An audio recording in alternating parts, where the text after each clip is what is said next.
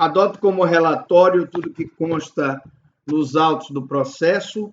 Trata-se de denúncia oferecida pelo Ministério Público contra E.J.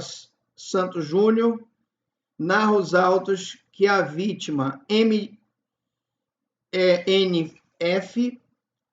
perante a autoridade policial, as folhas 4, relatou que sofreu ameaças por parte do seu ex-namorado.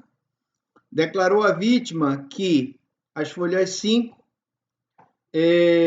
namorou por 5 meses com o acusado e que desse relacionamento terminou e que o acusado não se conforma com o término e, por esse motivo, está perseguindo a mesma e ameaçando sua integridade física. Informa ainda que na data de 4 de 5 de 2019, por volta das 16h10, o denunciado enviou mensagem de texto para a vítima ameaçando-lhe com as seguintes textuais: o bagulho vai endoidar para o teu lado. A ofendida disse que se sentiu ameaçada, pois o mesmo tem parentes envolvidos com o crime.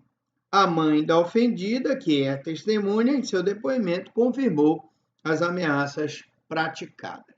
Excelência, antes de entrar propriamente no crime, eu queria aqui fazer uma observação sobre essa questão da perseguição que a vítima sofreu.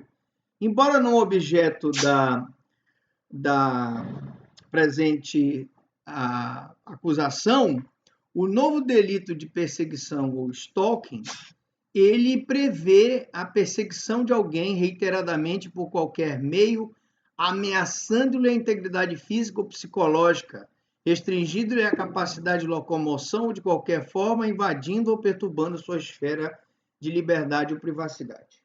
É preciso ressaltar que, no caso presente, não foi tipificada a perseguição, foi tipificada apenas a ameaça à integridade física e psicológica da vítima, mas ambos os crimes estão previstos no capítulo do constrangimento legal e, portanto, crime contra a liberdade individual. E veja que a sanção penal é relativamente parecida, muito embora a ameaça tenha uma pena menor que a do stalking, cuja pena é de 6 meses a 2 anos, e ainda tem o aumento de pena se ele é praticado contra a mulher por razões da condição do sexo feminino. Temos aí um caso típico de um namoro que terminou, que a vítima não queria mais, e o acusado, por não concordar, acabou continuando perseguindo a vítima. Como eu disse, a perseguição não foi tipificada, esse crime também somente se procede mediante representação, e o ato da vítima comparecer à delegacia de polícia com sua mãe e denunciar o acusado é entendido pela doutrina e jurisprudência como autorização para proceder à persecução penal. Bom, aqui nós temos uma situação de perseguição reiterada, cometida e encerrada antes da Lei 14.132/21. Tá? Portanto, o novo crime de stalking, ele vigora a partir desta lei. E ele tipifica o artigo 147-A do CPP. Já a ameaça, ela está prevista no Código Penal desde 1940. Nós temos defendido o princípio da continuidade normativa típica em relação ao crime de stalking, porque assim como a contravenção penal de importunação ofensiva ao pudor se tornou em crime de importunação sexual, a nossa querida ameaça com perseguição, a contravenção de perturbação da tranquilidade, ela hoje se transformou no crime de stalking. Mas apenas para dizer que temos aí um crime habitual e que exige reiteração de atos para consumação, e uma conduta isolada do agente não é capaz hoje de configurar o stalking, mas é capaz de configurar a ameaça. E durante a instrução processual, nós tivemos o depoimento da vítima, que foi bem firme e consistente no sentido de apontar que o acusado realmente praticou a ameaça de mal injusto e grave quando disse, conforme aqui, o bagulho vai endoidar para o teu lado. Apesar de a mãe, com testemunha,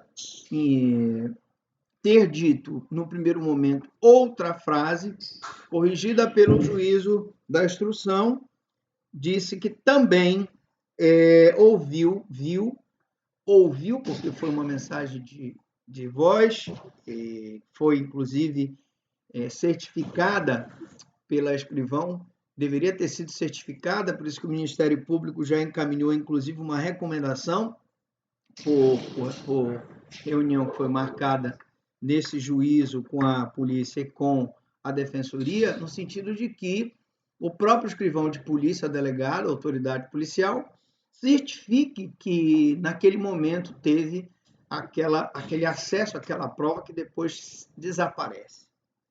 Bom, aqui cumpre-me dizer que a ameaça pode ser praticada por qualquer meio, e aí nós tivemos, me parece, uma ameaça presencial, mas nesse processo nós estamos apurando uma ameaça que teria sido praticada por rede social.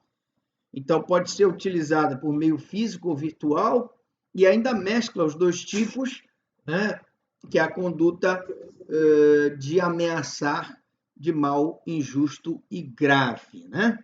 Então, aquela promessa de praticar um ato direto ou indiretamente prejudicial à vítima.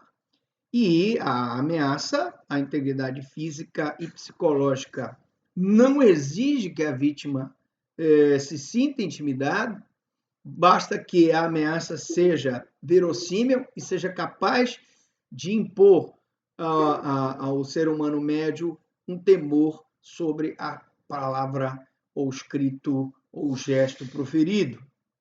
Bom, não se trata aqui de aumentar os argumentos, mas dizer que a autoria e materialidade da ameaça estão provados.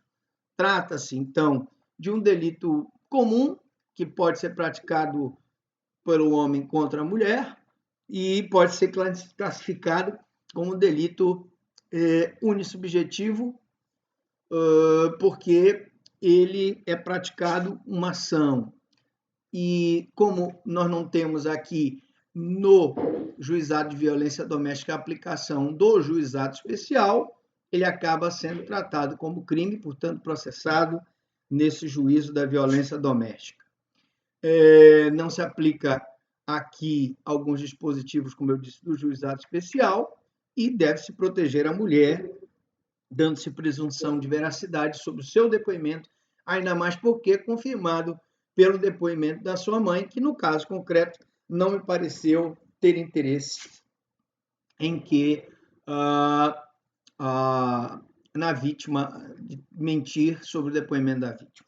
Vale ressaltar que, infelizmente ou felizmente, o acordo de não persecução penal não foi previsto para esses crimes, também não foi previsto, no caso da violência doméstica, para as contravenções, e que não se aplica também a suspensão condicional do processo, nem a transação penal, porque não é aplicável, segundo a súmula 536 do STJ, suspensão condicional do processo e a transação penal não se aplicam a delitos sujeitos ao rito da Lei Maria da Penha. Como disse, a ação penal está provada, o fato típico da ação penal provado, o fato é típico e ilícito porque não milita em favor do acusado nenhuma excludente ilicitude, culpável porque era imputável, tinha potencial consciência de saber o que fazia na hora que proferiu a ameaça ou na hora que postou a ameaça na rede social, e a lei exigia que se comportasse de modo diverso. Observo ainda que nós temos aqui no processo uma previsão de pedido de reparação do dano moral à vítima, que deve ser arbitrado, mesmo sendo o caso de ameaça. Não há dúvida nenhuma que isso constrangeu a dignidade da pessoa humana da vítima. Por todos esses motivos, Excelência, o Ministério Público ratifica em todos os termos a ameaça para que seja condenado no artigo 147 caput do Código Penal, bem como seja arbitrado um dano moral em favor da vítima. São os termos, Excelência.